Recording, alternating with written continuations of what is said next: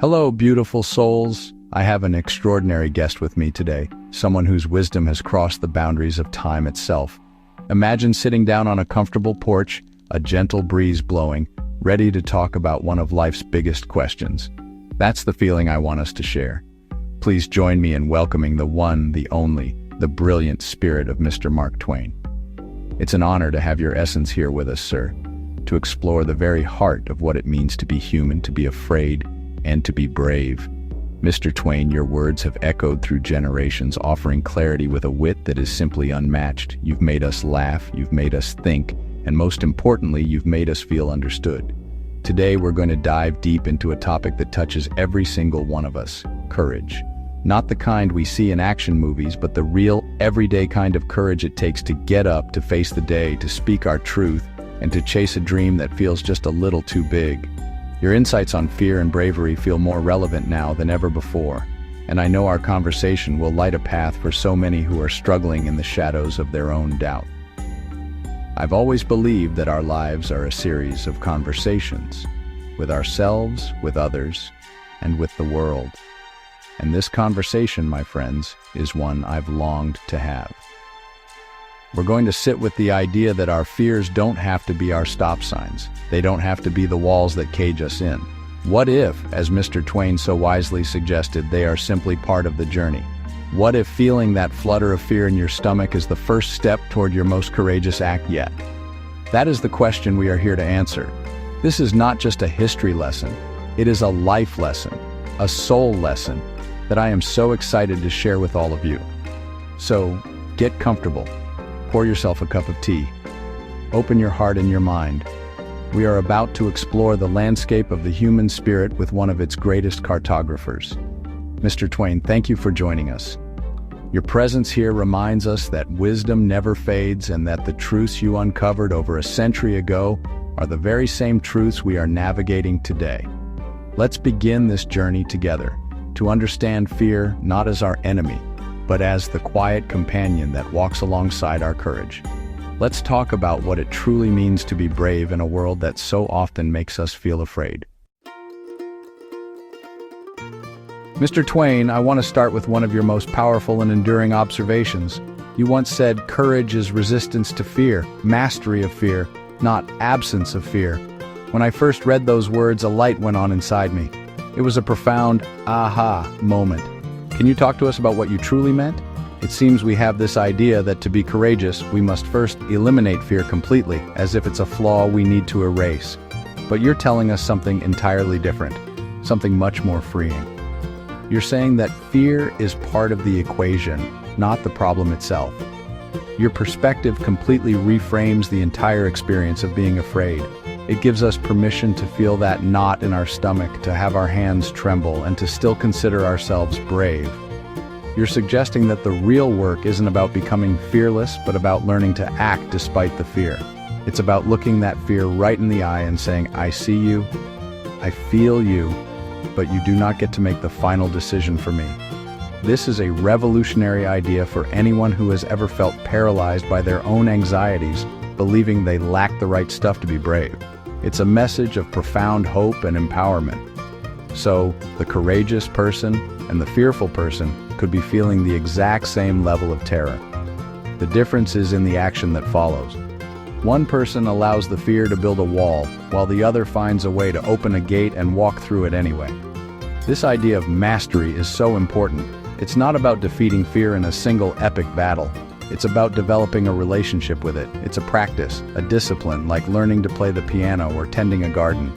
You learn its rhythms, you understand its triggers, and you slowly, deliberately learn how to manage it so it no longer masters you.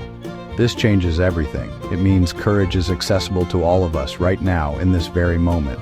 It's not some distant trophy reserved for soldiers or saints. It's the choice you make to apply for the job even when you fear rejection. It's the decision to have a difficult conversation even when you're scared of the outcome. You're telling us that the presence of fear is actually the prerequisite for courage. Without fear, there can be no bravery. You can't be brave about something that doesn't scare you. So that feeling of fear is not a sign of weakness. It's a sign that you're at the doorstep of an opportunity to be courageous. Let's talk about this myth of the fearless hero, Mr. Twain. We grow up with stories of knights, explorers, and leaders who seem to feel no fear at all. They rush into danger without a second thought, their resolve as steady as a rock. This creates a standard that is not only unrealistic but also incredibly damaging. It makes everyday people feel that if they experience fear, which we all do, then they are somehow disqualified from the realm of the brave. It makes us think that courage is a superpower that only a select few are born with, instead of a quality we can all cultivate within ourselves. This ideal of fearlessness is a heavy burden to carry. It encourages us to hide our fears, to pretend we are stronger or more certain than we really are. We put on a mask of confidence, all the while feeling like an imposter inside. We think, if they only knew how scared I really am, they wouldn't think I was so strong. But what you're teaching us is that vulnerability, the honest admission of our fear, is not the opposite of strength. In fact, it can be the very foundation of it. True heroes are not those who feel no fear, but those who feel it deeply and choose to act for a purpose greater than their own comfort. Think about it. The firefighter running into a burning building, the activist speaking out against injustice, the entrepreneur investing their life savings into a new idea. Do we really believe these people feel nothing? Or is it more likely that their hearts are pounding, their minds are racing with doubt, but their commitment to their purpose is stronger than their fear? They have mastered their fear, just as you said. They have resisted it. The fear is there, riding along with them, but it is in the passenger seat. It is not behind the wheel. That is a powerful distinction that we all need to understand. This myth of the fearless hero keeps us from celebrating the small, profound acts of courage that happen every day. The courage of a shy person raising their hand to ask a question. The courage of someone admitting they made a mistake. The courage of a parent staying patient through a long and difficult night. These are not grand, cinematic moments, but they are deeply brave. By letting go of the impossible ideal of fearlessness, we can begin to see and honor the true courage that exists all around us, and more importantly, within us.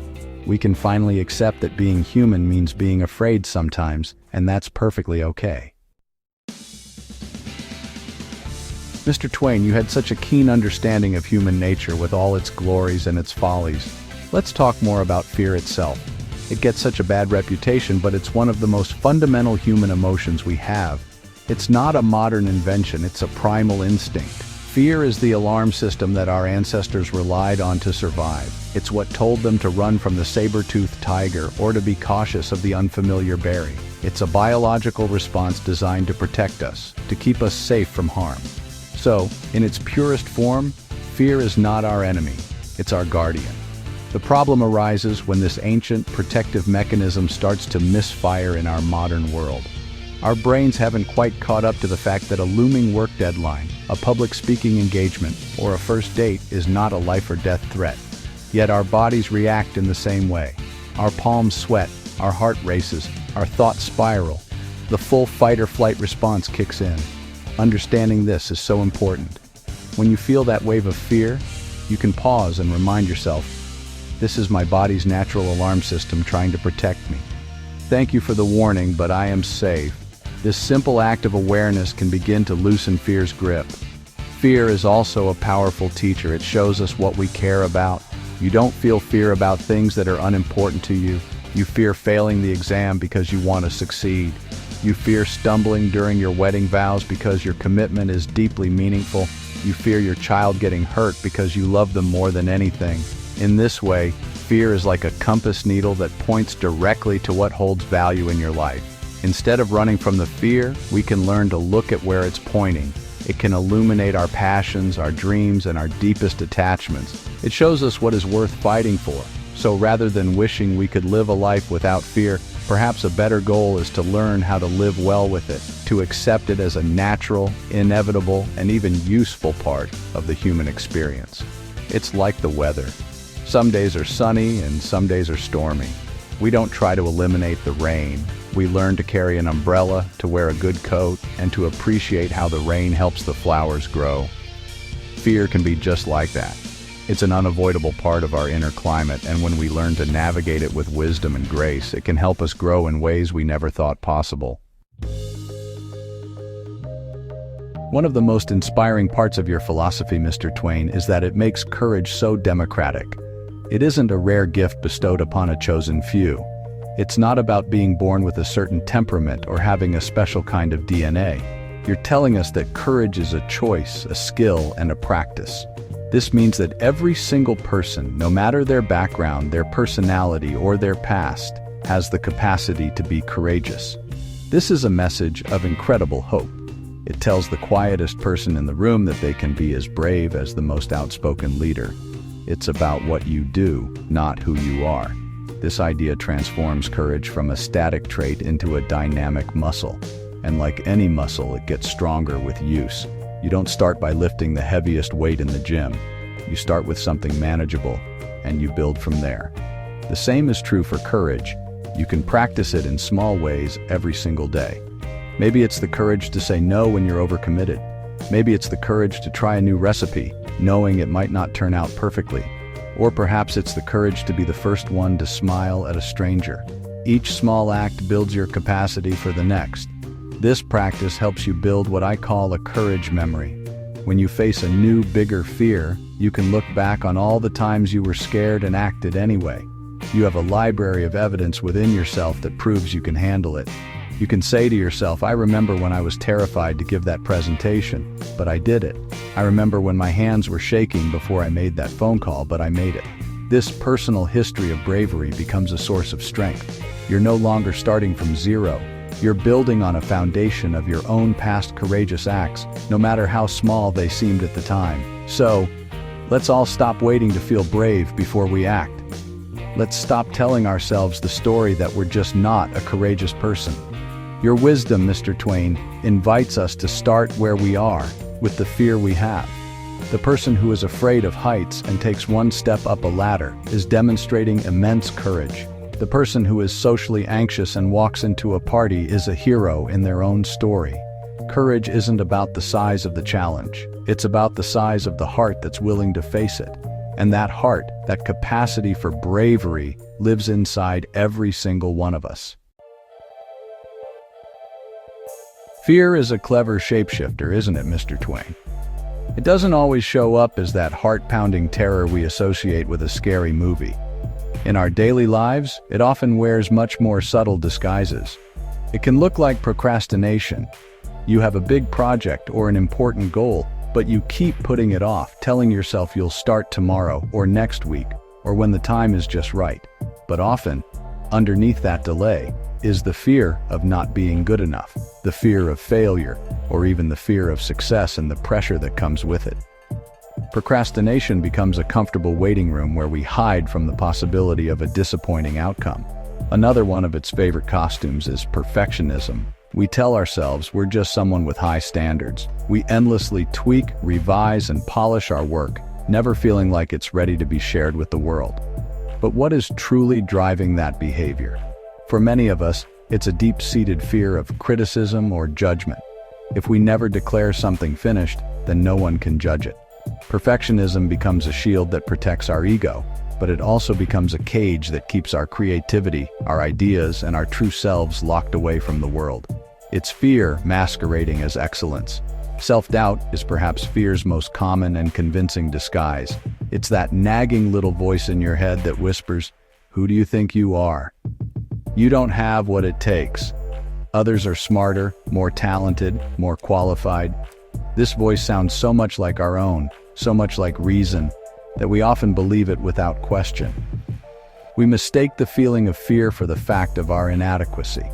We let this inner critic dictate our choices, convincing us to play small and stay safely within our comfort zone. This isn't humility, it's fear holding our potential hostage, convincing us we're not worthy of our own dreams. Recognizing these disguises is the first step toward reclaiming your power. The next time you find yourself procrastinating, ask yourself, what am I truly afraid of here? When you're stuck in an endless loop of perfectionism, ask, what judgment am I trying to avoid? And when that voice of self-doubt starts whispering, you can learn to see it for what it is, not the truth, but simply fear trying to keep you safe in the familiar. By unmasking fear, we take away its power. We can then make a conscious choice based on our aspirations, not on our anxieties. Mr. Twain, your work was never just about individual struggles.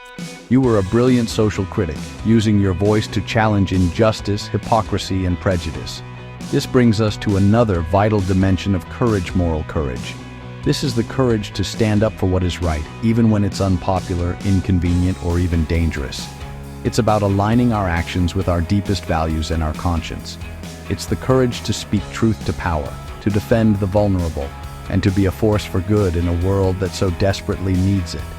This kind of courage moves beyond personal growth and becomes about our shared humanity. Moral courage requires us to face a different kind of fear. The fear of disapproval, of being ostracized, of losing our standing in a group. Human beings are social creatures. We have a deep-seated need to belong.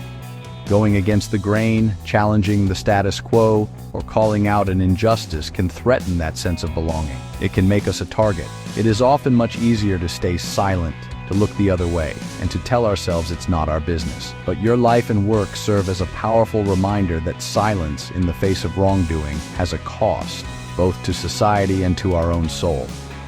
This form of courage is just as accessible as personal courage. It also starts small.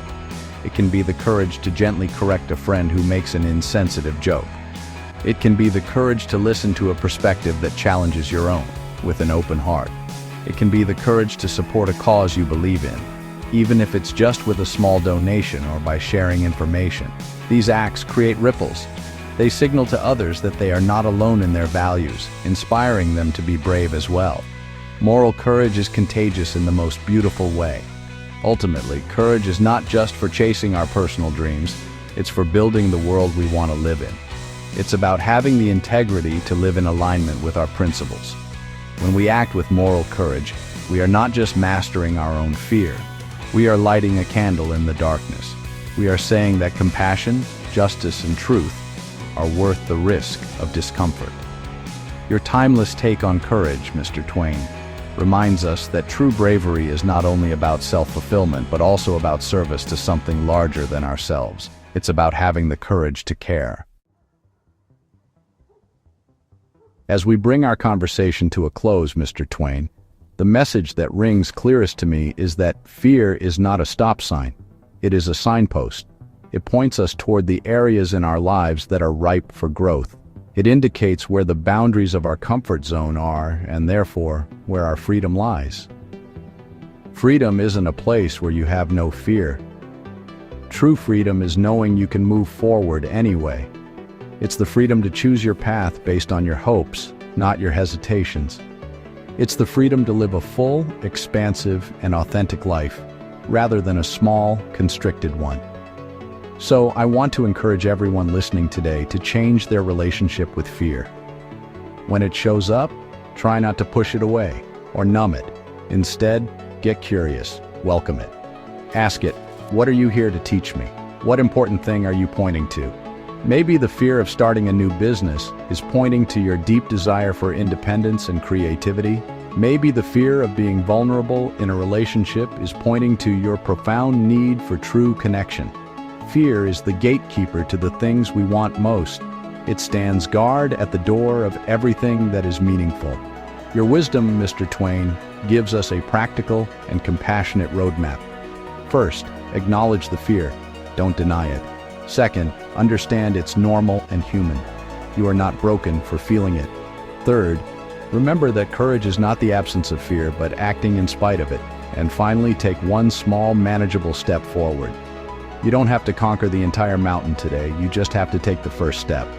That is the mastery you spoke of. It's a moment-by-moment, step-by-step process of choosing your higher self over your fearful self. Thank you, Mr. Twain, for sharing your timeless spirit with us. Your words have reminded us that we are all capable of profound courage. My friends, the next time you feel that familiar flutter of fear, I want you to see it as an invitation. It's an invitation to grow, to expand, to become more of who you were meant to be. The life you want is on the other side of that fear. Let's all have the courage to walk through the gate, even if our knees are knocking. Let's choose freedom. Let's choose to live fully. Thank you all for joining us.